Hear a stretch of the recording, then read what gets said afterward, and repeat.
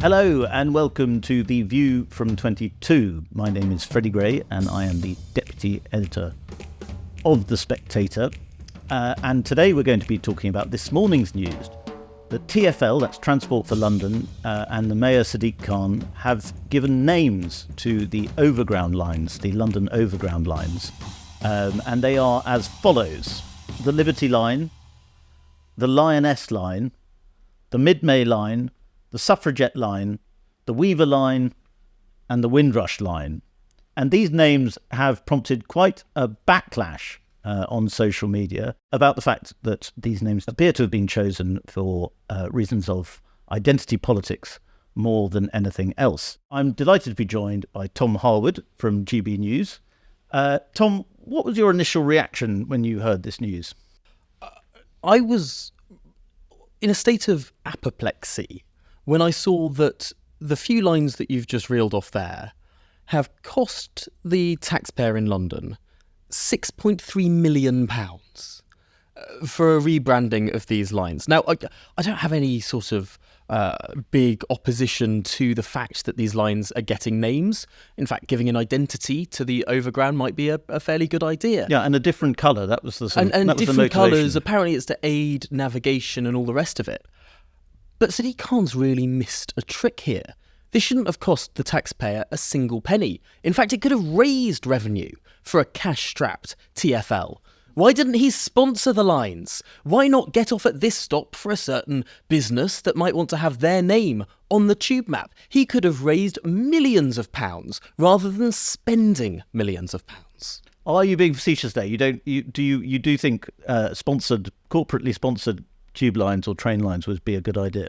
I think a still corporately sponsored tube stop would be a good idea. We've already seen it on the on several lines. For example, Oxford Circus now has a little IKEA logo next to it. You can always do it in a way that we currently hear with Regent's Park, where you hear on the tannoy overhead when you stop at Regent's Park, it says Regent's Park for London Zoo. You could have a stop, keep it whatever name it has, but for a certain business or a certain sponsorship.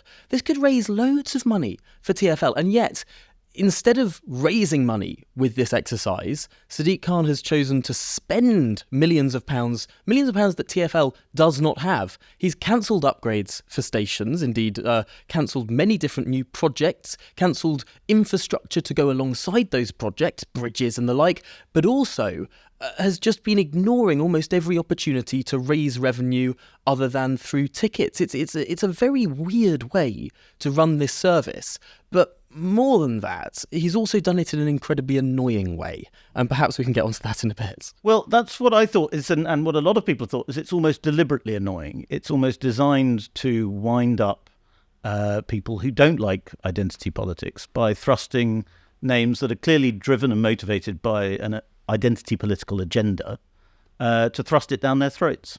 You'd think that the public sphere has to be something that is uncontroversial, that is agreeable to everyone. Everyone sees the tube map. Everyone uses the tube. It's one of the things actually that makes London incredibly different from other cities around the world.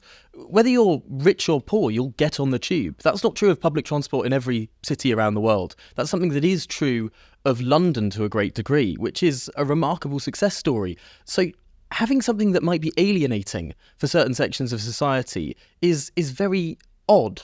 And there are certain choices that have been made through these choices of naming lines that just seem to be very politically aligned, rather than something that would be perhaps more universal.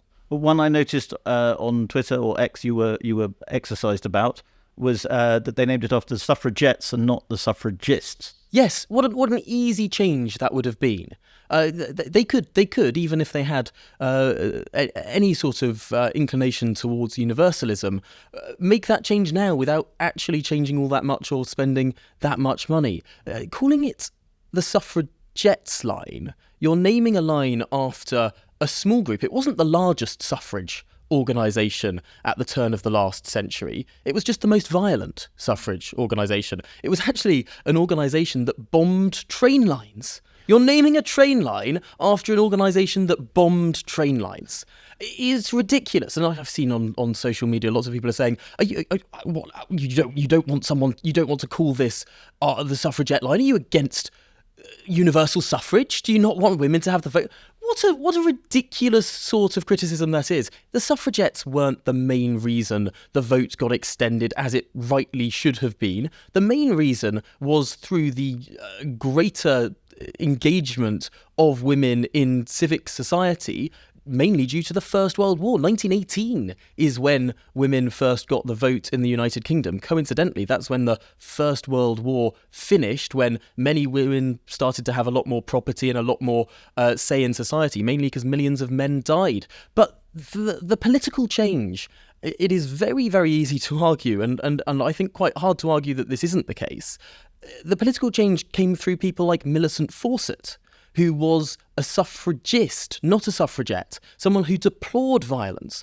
And perhaps the most peculiar thing about all of this is that when Sadiq Khan announced this line, he tweeted out a picture of sort of the meaning behind the name. What was on that picture? The statue of Millicent Fawcett holding up her banner that says, "Courage to courage everywhere." Millicent Fawcett deplored violent tactics. She deplored the tactics of the suffragettes. In fact, putting her image there while sort of lauding the suffragettes, she would be turning in her grave at that. It's either an ignorance of history, a real pure ignorance of London's history, or perhaps something deliberate to rile people up. I just can't understand why they've chosen to do it. I can't quite believe that would be deliberate. I think it sounds more like just historical illiteracy. I wouldn't want to cast any aspersions on the knowledge or the understanding of anyone. So I'll leave an open mind there and leave it as an open question. Okey-doke. Well, let's talk about Sadiq Khan. I mean, obviously, he is mayor of a very London Labour city, a very Labour city in London, and it's fair to say he can wind up a large part of the London population and still win re-election as mayor. I see that Susan Hall, the Tory candidate for mayor, has come out against this quite strongly, criticising Sadiq Khan. The SDP mayoral candidate, Amy Gallagher, has said that she thinks the line should be named after geographical places, like the Shoreditch line, for instance, which would be a much less political thing. And Amy Gallagher also said, what we would like to do is to depoliticise TfL, which seems to me a pretty sensible suggestion. Yeah, that seems fairly sensible. I'm also sort of slightly confused about the Lioness line. Now, it's called that because it goes through Wembley. Now, you might think, call it the Wembley line. You might think, call it the England line. You might think, the Lionesses have done a fantastic job. They won the Euros, but there is a team that once won the World Cup. Which I think is a slightly larger thing to celebrate, albeit slightly longer ago in the mists of time. But I don't know, are you going to be saying I'm going to ride the Lionesses? I mean, it's all very odd, and I don't think it will quite sit in a normal sort of parlance that people would use. It doesn't quite work, it doesn't quite fit. And I think the biggest criticism that people like Susan Hall have been making today is that it costs £6.3 million to do this. This is money TfL does not have. Should we talk about the other names of the lines? Because I'm not sure whether there's much to object to some of them. I mean, there's the Weaver line, which is named after Weaver women in London. There's the Windrush line, which of course is associated with the ship. Yeah, I don't know. People might think that they're getting it to Southampton or something. I'm not sure. Yeah, it's odd to name it after a ship. I agree with that.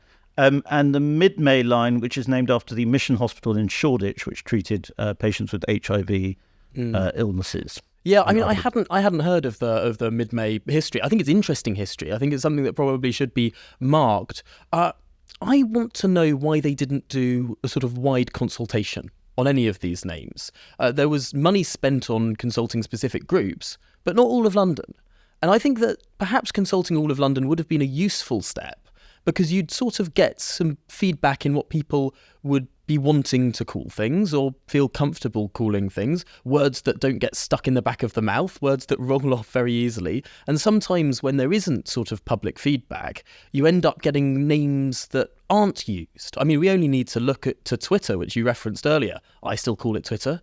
You still call it Twitter. Yeah. I hear every morning on broadcast media people stumbling over themselves whether to call it X or Twitter. No one calls it X. It's Twitter. It's Twitter. Yeah. And I think to some extent the same logic can be applied to a lot of these lines. I think there will be common words that are sort of used and perhaps not words that are thrust upon people. Do you think it could have been opened up to a vote, or would that have been too that would have prone been to pranking? glorious, wouldn't it? Like a Boaty McBoatface. We'd have Liney McLineface, which might mean something else.